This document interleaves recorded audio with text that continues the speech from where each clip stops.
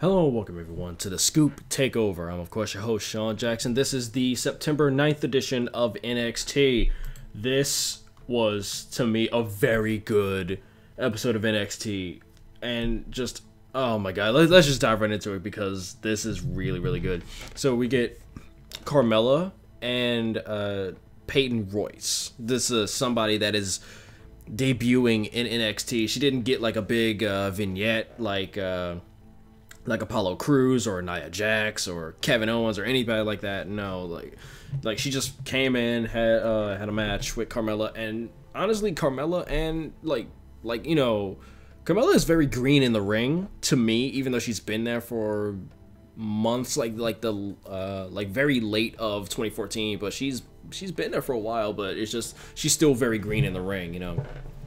And Peyton Royce is obviously very green in the ring, but it's shocking that they gave these two women like just enough time to show what they had, you know, like especially Carmela, you know, because honestly Carmela is very much in love with this entire industry. Like she loves showing off her like her amazing charisma, her personality. She loves feeding off the crowd. The crowd gives her energy. Like seriously, like she is just having tons of fun. And it's like, you know, you could tell she's having tons of fun because she just constantly moonwalking in the ring, and it's really good. But yeah, these women actually did really well. It seemed to me, if anybody ever watched CZW's Dojo Wars, one of the wrestlers, Kurt Robinson, he's a newcomer to CZW, and I've seen some of his Dojo Wars matches, and it's just like, it's literally like just straight up mat wrestling, you know, it's straight up that, until he moved on to, you know, straight up pro wrestling moves. But this is how I felt this whole match was, because Peyton Royce was a rookie and Carmela is obviously still very green in the ring. I felt like they were just feeling each other out, trying to like see how good the other is or whatever. It's just I don't know. It seemed like it was just like a performance center kind of match, you know, like hey, let's grade how well these wrestlers are. That's what it felt like to me. But it was still good. It was still better than what you would see on an average episode of Raw when you see, you know, a women's match on there. But this was still pretty good. I liked it, and Carmela got the win by applying a submission hold. I did not know what that submission hold was called, but she did it with her legs, which was pretty good. And Peyton Royce tapped out, and it was still pretty good. I really like it, and I want to see Carmela definitely shoot up the ladder, you know, because the Divas division, I mean, I keep saying Divas, the women's division down at NXT is now becoming just, it's now depleted a little, because you have the three best wrestlers onto the main roster, and you only have one amazing wrestler left. So you have to build all the women wrestlers up, like Dana Brooke, Carmela. I mean, like, okay. Alexa Bliss is definitely amazing. She's on Bayley's level. Emma is on Bayley's level. But I'm only talking about like Carmela, Blue Pants. Blue Pants is amazing. I actually seen her other work too. It's like she's really amazing. Dana Brooke is really good. Dana Brooke, I've heard people compare her to Lex Luger, but I'll get into that later because she's actually having she actually has a match, but I'll get into that later.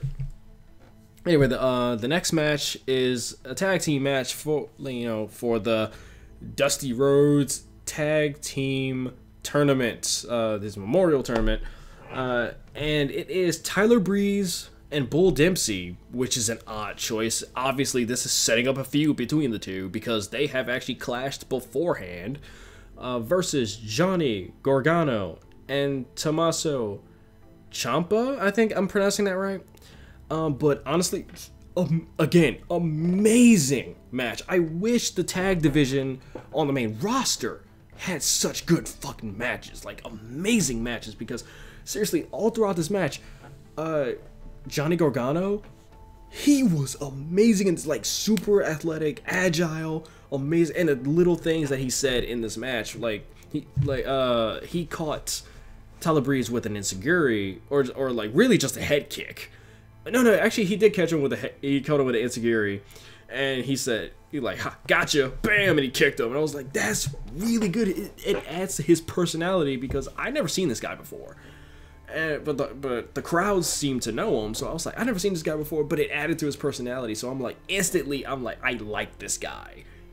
I hope he's sticking around in NXT, because he's highly entertaining.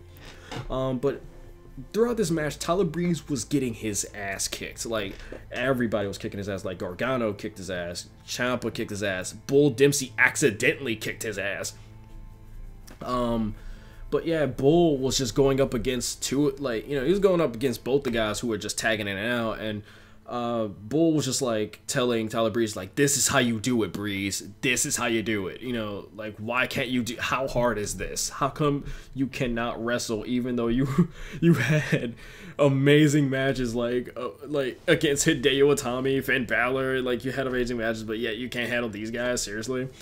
But yeah, like I said, Bull Dempsey accidentally kicked Tyler Breeze's ass, because when he hit the ropes, when Bull Dempsey tried to like run off the ropes, Tyler Breeze was standing on that ring apron, but he got hit by Bull, like trying to rebound off the ropes, and Bull just was like, oh no, which ended up in the coolest way to end a tag match.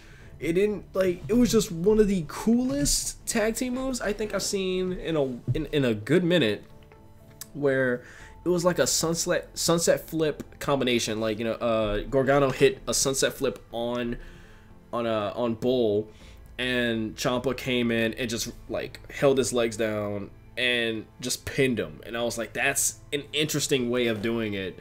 And I was just like, I love these two guys as a tag team. I really hope they stick around. But after the match, obviously Tyler Breeze was really upset with Bull Dempsey and started beating his ass. Like, to me, it looked like they were going for like a kind of legitimate type of thing, because I'm pretty sure Bull Dempsey told him to really hit him, because when you see him hitting Bull, it seems like he's really hitting Bull, and it looks like it sucks, honestly. But I mean, Bull's a tough guy. He can take it, but it was just like, shit. He's really just beating his ass. But yeah, he just walks off, and is just obviously setting up a feud between the two.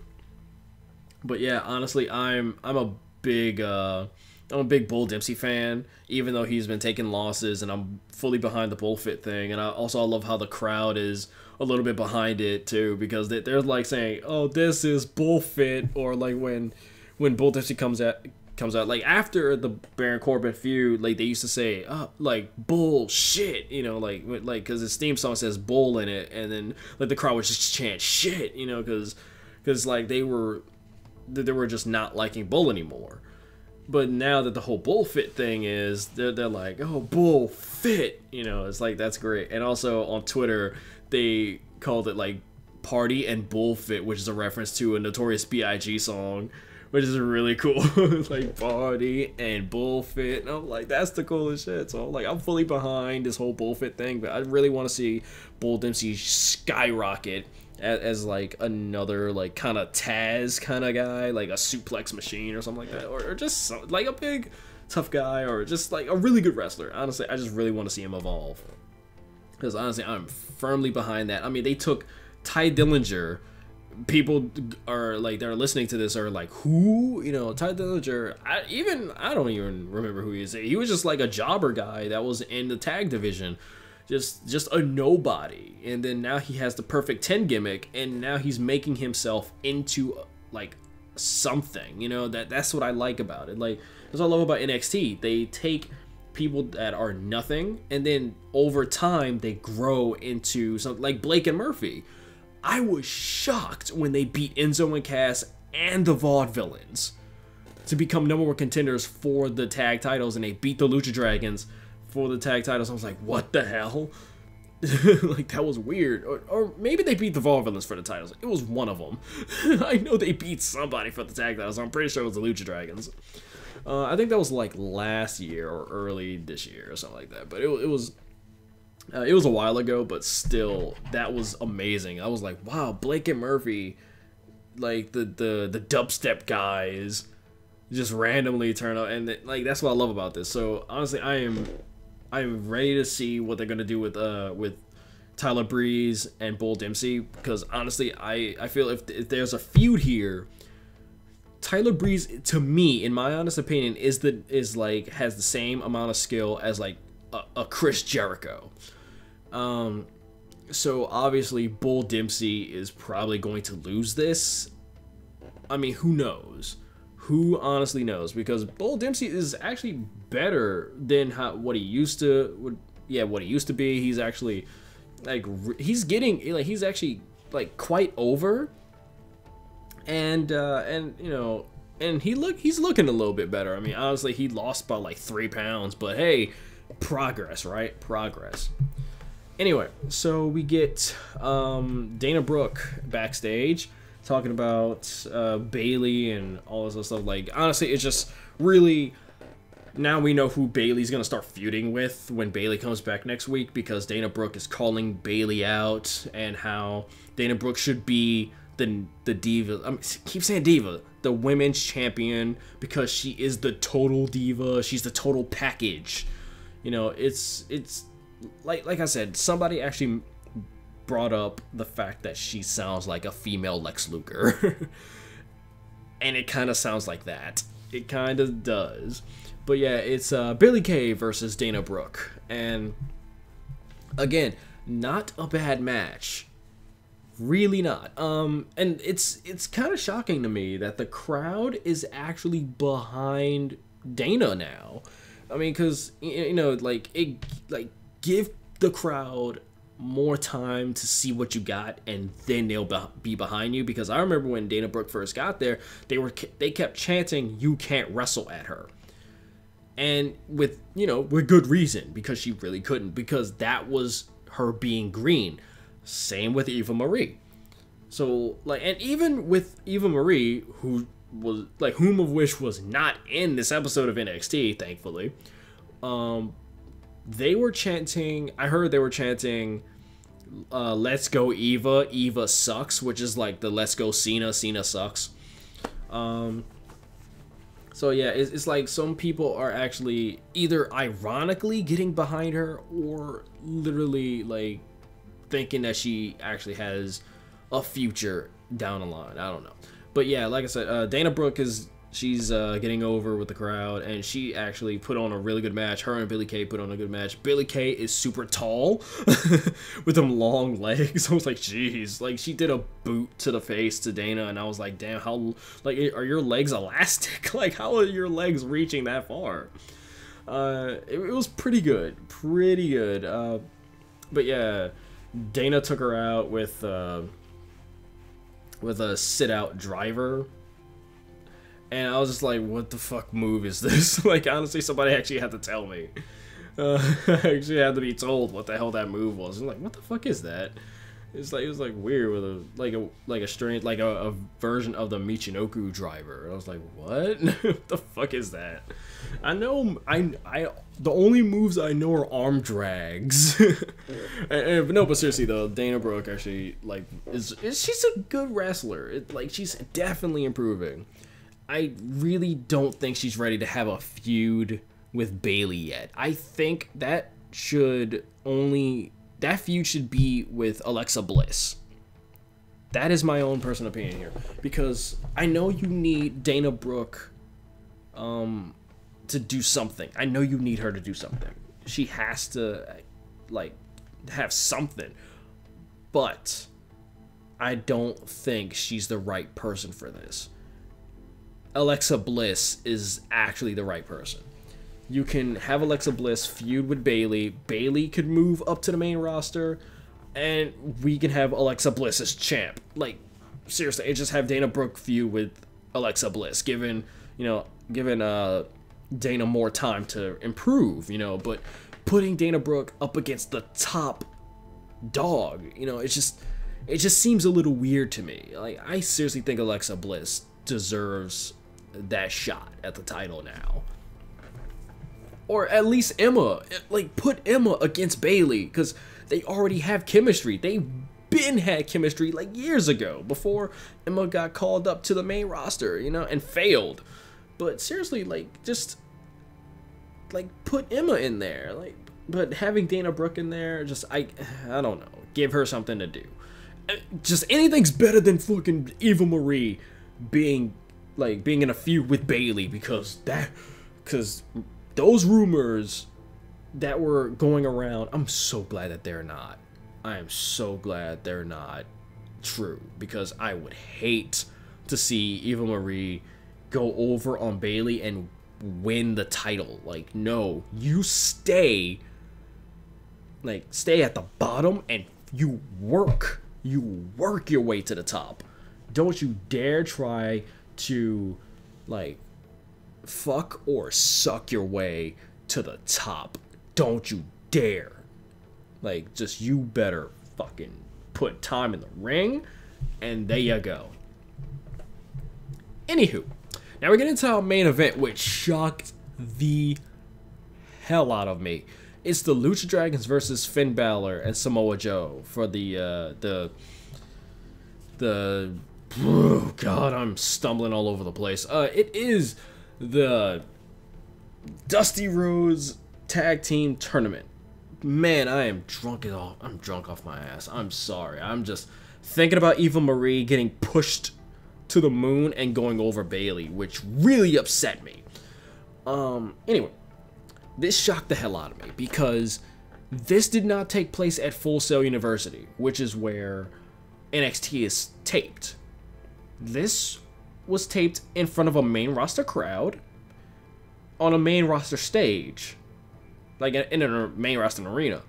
And it, like, I looked at the ring apron and it said main event. So people that paid that actually got tickets to go to main event got this. And it seemed to me that the main roster crowd had no idea. Like some of these people, like even most of them, like, were just like, I don't know who the fuck Finn Balor is. Why is he taking so long to you know, like, to come to the ring? Or like Samoa Joe, like, you know, well, Samoa Joe did get a fucking amazing pop, and so did Finn Balor, but, you know, but it was just, it shocked me. And plus, Tom Phillips and Jimmy Uso were on commentary for this, a two-man commentary team, and it worked. It was really good. And also the fact that after the entrances were over, the match started, everyone chanted, "This is awesome," at the sheer presence of Samoa Joe and Finn Balor going up against the Lucha Dragons. Now, I really hope that the people that were running main roster saw that and actually took note, because that was amazing. Like, you know, you don't ruin anybody. Excuse me. You don't ruin anybody. You don't have Finn Balor come out in his demon paint for no reason whatsoever. You don't do anything like that. This match was really, really well done. Finn Balor dominated in the beginning part of this match, and it's just everyone was behind him until the Lucha Dragons came up and, you know, they started dominating. They said, "Fuck you," like, Finn Balor, like, lose your momentum. And the crowd was still behind this entire match, because these are like four faces going up against each other, four baby faces. This whole thing was good. And when Samoa Joe was in the ring and he was going for the muscle buster on Sin Cara, everybody was like, yeah, like, they started going nuts. But he didn't get it, and they just hit a bunch of other big spots, like diving out of the ring, like doing enziguri's, and people were like really shocked. They were shocked at Samoa Joe's ability to actually do like enziguri's and stuff. They were like, man, look at that agility. Like, man, he was explosive in the ring. But yeah, the match finishes with Samoa Joe hitting a muscle buster on Kalisto, which is followed up by Finn Balor doing the coup de grace. And everyone loved it. Everyone was going super nuts. Like, when Finn Balor got to the top rope, everybody just stood up and was like, oh, we know what's coming. We know what's coming. It was so good. There were only a few botches by Sin Cara, just a little bit, but like it's just like it's basically like you might not have noticed it, but your brain did. You know, because honestly, when I was watching that, I was like, did Sin Cara botch that? Like, did he botch a tornado DDT? I'm not sure. Like, it's just some things like that. It's just little things like that. I'm not entirely sure if he did botch it, but it was still really good. Everybody worked really, really well. I'm glad that the main roster crowd actually loved them. They didn't say, where's Cena, or we want whoever. You know, no, there was no chanting other than NXT. This is awesome. And that was it. It was great. It was just really, really great. But yeah, like I said in the beginning of this was an amazing episode of NXT. Like, honestly, after so long of watching, because honestly, I work a lot, so watching NXT and even reviewing NXT, it's just, I have no time for that. You know, because I go to work, come home, go to sleep, repeat. Like, you know, it's just weird. And by the time it comes down to reviewing it, it's like either too late or whatever. I gotta wait to the next one. It's just, so I'm glad that I can actually sit down and watch it, because I've been watching Raw, because I come home around the time Raw starts. I've been watching Raw, watching all the pay-per-views, and just, it's been so long since I've actually watched NXT. Well, not so long since I watched NXT, but you know what I mean. It's just so refreshing to actually watch, like, an episode of NXT that is just amazing. You know, that is, oh man, it is so good. I highly recommend you guys watch this episode of NXT, because watching Raw with all their 6-man tag matches, or Divas Revolution tag matches, or any of those stupid tag matches hold no candle to the NXT tag matches, or any of the NXT matches in general, because NXT has better booking, better storytelling, better continuity, just everything's better. But anyway, so anybody that's actually watched this edition of NXT, what'd you guys think about it? Comment below, or whatever you want to do. Tell me what you thought about this edition of NXT, and also, what do you think is going to happen with Dana Brooke and Bayley's feud? What do you think of Tyler Breeze and Bull Dempsey's feud? What do you think? Who do you think? Like, whose team do you think is going to win the Dusty Rhodes Tag Team Tournament? Just let me know. Anyway, I'm Sean Jackson, and this has been a Scoop Takeover. I'm taking over every CPC show, one show at a time. But this is probably going to be the only one. Have a great day, everyone.